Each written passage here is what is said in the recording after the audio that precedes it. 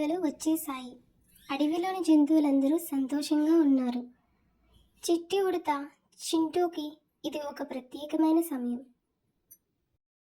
ఈ వేసవి సెలవుల్లో నేనెవరూ చూడని కొత్త ప్రదేశాలను ఎక్స్ప్లోర్ చేస్తాను అని అతను తనకు తానే చెప్పుకున్నాడు.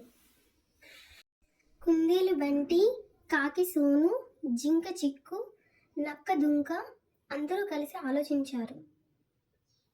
ఒక డేంజరస్ అడ్వెంచర్ చేద్దామా అని నక్క ఎగురుతూ అన్నాడు. కాకి సోను మిస్టీరియస్గా అన్నాడు. మీకు తెలుసా, అడవి మధ్యలో ఒక గజరాజు నది ఉంది. ఆ నది చాలా అందంగా ఉంటుంది, కానీ ఎవరూ దానిని దాటలేరు.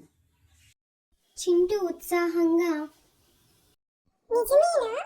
అయితే మనం వెళ్ళి చూడాలి అని అరిచాడు. కుందేలు బంటి మాత్రం భయపడ్డాడు. అక్కడ ప్రమాదం ఉంటుంది, వెళ్ళకపోవడం మంచిది. కానీ చింటూ ఏమీ వినకుండా సాహసమే నా లక్ష్యం అని చెప్తూ ముందుకు వెళ్ళిపోయాడు. అందరూ నది దగ్గరికి చేరుకున్నారు. నదిని దాటాలంటే ఒక పాత వంతెన ఉంది. అని నక్క తెలిపాడు. ఆ వంతెన పూర్తిగా పాడైపోయి ఉంది. చెక్కలు ఊడిపోతూ ఉన్నాయి. చింటూ మాత్రం నేను ముందు వెళ్ళి చూస్తా అని ముందుకు వెళ్ళాడు. అతను పైకి ఎగిరి కొమ్మల మధ్య పరిగెత్తుతూ అయ్యో అని అరుస్తూ ఒక పక్కకి జారిపోయాడు. కింద చీకటి నీరు ఉప్పొంగుతోంది.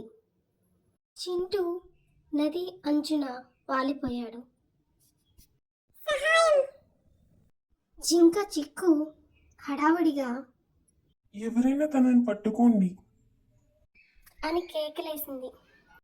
కాకి సోను తక్షణమే ఆలోచించి ఒక బలమైన కొమ్మ తెంచాలి. నక్క దుంక తన తోకతో సమతుల్యం చేసుకుంటూ వెనుకకు వెళ్ళి ఇదిగో ఈ కొమ్ము పట్టుకో అని చింటూకు విసిరాడు.